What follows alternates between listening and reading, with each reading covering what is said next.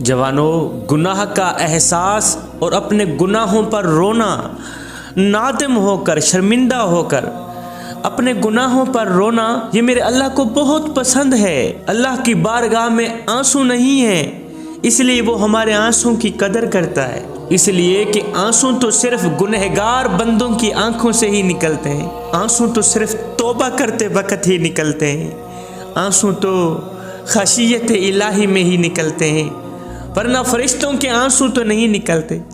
فرشتوں کو تو رونا بھی نہیں آتا، وہ تو رونے سے پاک، وہ تو گڑ گڑانے سے پاک۔ فرشتوں کو رونا نہیں آتا، ان کے آنسو نہیں نکلتے، اس لیے کہ ان کے پاس ندامت نہیں ہے۔ ان کو قرب عبادت تو حاصل ہے مگر قرب ندامت حاصل نہیں ہے۔ قرب ندامت تو صرف ہم جیسے گنہگاروں کو ہی حاصل ہے۔ تو گناہ کرنا، قصوروار بننا، غلطی کرنا تو انسان کی صفت ہے۔ اگر انسان گناہ نہ کرے تو وہ انسان نہ رہا، پھر تو وہ فرشتہ ہوا نا۔ ہم انسان ہیں، غلطی کرنا ہماری صفت ہے۔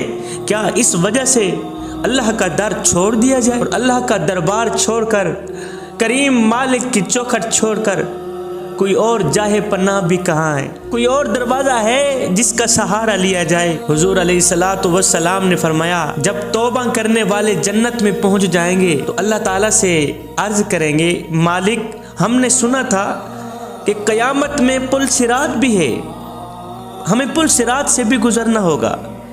مالک پل صراط ہم کس وقت گزریں گے، کس ٹائم گزریں گے؟ ہم دنیا میں سنتے آئے ہیں کہ ایک پل صراط بھی ہے جہاں سے گزر کر بندہ جنت میں جائے گا۔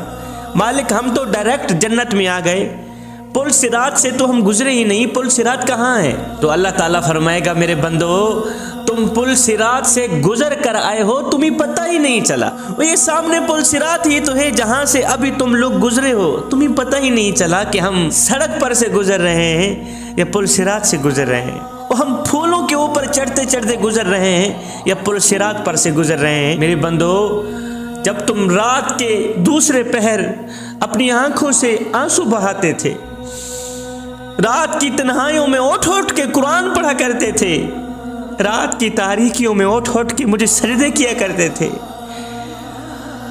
تہجد پڑھا کرتے تھے، فجر پڑھا کرتے تھے، ظہر پڑھا کرتے تھے، عصر، مغرب، عشاء پڑھا کرتے تھے، اور اپنی آنکھوں سے آنسو بہایا کرتے تھے، میرے خوف سے ڈرا کرتے تھے، میری خشیت میں آنسو بہایا کرتے تھے۔ وہ جو تم آنسو بہایا کرتے تھے نا، وہی آنسو آج تمہارے کام آ گئے ہیں، اتنے کام آئے ہیں۔ آج ان آنسوؤں نے تمہارا اتنا فائدہ کر ڈالا کہ آج تم پل صراط سے گزر کر آئے ہو، تمہیں پتہ ہی نہیں چلا۔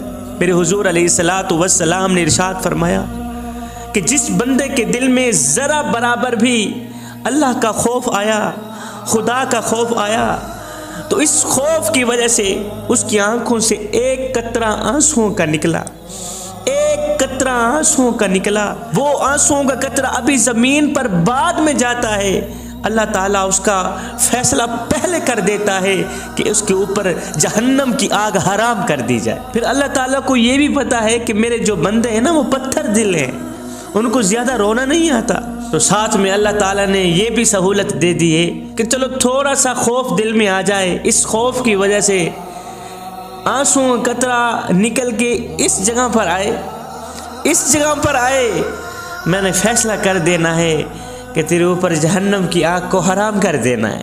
جب ایک بندہ توبہ کرتا ہے، جب ایک نوجوان توبہ کرتا ہے، پتہ ہے تمہاری یہ توبہ اللہ تعالیٰ کو کتنی خوشی دیتی ہے۔ جوانو، تم میں سے جب ایک نوجوان توبہ کرتا ہے تو اللہ تعالیٰ اتنا خوش ہوتا ہے، اتنا خوش ہوتا ہے، اعلان کر دیتا ہے، فرشتوں آج آسمان میں جشن مناؤ، آج جشن کا دن ہے، پورے آسمان میں چراغاں کر دو، ساتوں آسمانوں میں چراغاں کر دو، اس لیے کہ آج مجھ سے بچھڑے بندے نے مجھ سے صلح کر لی۔ جوانوں، خدا را اپنے اوپر غور کرو کہ آج تم بے بسی کے کس مقام تک پہنچ گئے ہو۔ کتے کو بھی جس ڈر سے ایک وقت کی روٹی مل جائے تو کتا بھی اس ڈر کا وفادار بن کر رہتا ہے۔ اپنے اوپر غور تو کرو کہ تم نے اپنے مالک سے کتنی وفا کی ہے۔ یہ تم ہی جانتے ہو یا تمہارا مالک ہی جانتا ہے۔ اور اپنے اوپر غور تو کرو، تم نے اپنے مالک سے کتنی وفا کی ہے کہ آج بھی وہ تمہیں کھلا رہا ہے، آج بھی وہ تمہیں پلا رہا ہے۔ میرا مالک فرماتا ہے میرے بندے، جو فرشتے شام کو تیرے گناہ لے کر میرے پاس آتے ہیں، میں صبح انہی کے ہاتھوں میں تیرا رزق بھیجتا ہوں۔ تم نے اپنے مالک سے کتنی وفا کی ہے، وہ تمہیں کھلا رہا ہے، پلا رہا ہے، سلا رہا ہے، تمہیں رزق دے رہا ہے، تمہارے بھی خیال میں ہے، تمہارے بچوں کے خیال میں ہے، ان گنت اس نے تمہیں نعمتیں عطا کر رکھی ہیں۔ جوانوں، ابھی بھی وقت ہے کہ آج سے ہی ہم سچے دل سے توبہ کریں، یہاں سے توبہ کریں اور اللہ کے ساتھ اپنا معاملہ درست کر لیں، اللہ کے ساتھ دوستی لگا لو۔ اللہ کی دوستی کے بغیر کچھ بھی نہیں ہے جوانوں۔ ہائے، اگر مالک گدھے کو چارہ نہ ڈالے تو گدھا پورا دن باہر سے چر کر آتا ہے، شام کو نوکری مالک کی کرتا ہے، شام کو نوکری مالک کی کرتا ہے۔ ہم تو ان جانوروں سے بھی بدتر ہو گئے ہیں کہ کھاتے بھی مالک کا ہے، نافرمانی بھی مالک کی کرتے ہیں۔ ہائے، بچہ دنیا میں ایک ہی ہنر لے کر آتا ہے، وہ ہے رونا۔ بچہ رو رو کر اپنی ماں سے ہر بات منوا لیتا ہے۔ کتنے بدبخت لوگ نکلے ہم، کتنے بدقسمت لوگ نکلے ہم کہ ہم رو رو کر اس اپنے مالک سے اپنے گناہوں کی بخشش بھی نہ کروا سکے، جو ایک ماں سے نہیں 70 ماؤں سے بھی زیادہ محبت کرنے والا ہے۔ میرا اللہ فرماتا ہے، او میرے گنہگار بندے، تو کہاں بھٹک گیا ہے؟ کیوں در در بھٹک رہا ہے؟ کیوں چودھریوں کی چوکھٹ پہ جا رہا ہے؟ ہے تو میری چوکھٹ پہ کیوں نہیں آتا؟ تو میرے ساتھ دوستی کیوں نہیں لگاتا؟ میرے ساتھ صلح کیوں نہیں کر لیتا؟ دنیا کے بادشاہوں کے دروازے تو رات 12 بجے بند ہو جاتے ہیں، ایک میں ہی تو بادشاہ ہوں جس کا دروازہ 24 گھنٹے کھلا ہی رہتا ہے تیرے لیے۔ ایک بار تو میری چوکھٹ پہ آ کر تو دیکھ میرے بندے۔ اگر میرے دروازے پر فرعون آ جاتا، میں تو فرعون کو بھی بخشنے کے لیے تیار تھا، تو میرے حبیب کا امتی ہے۔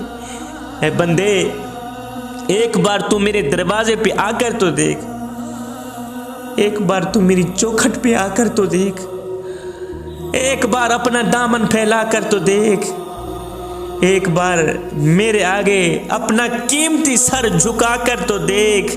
اوے بخشش کی حد نہ کر دو، مجھے رب العالمین بھی نہ کہ، بخشش کی انتہا نہ کر دو، مجھے رب العالمین بھی نہ کہ۔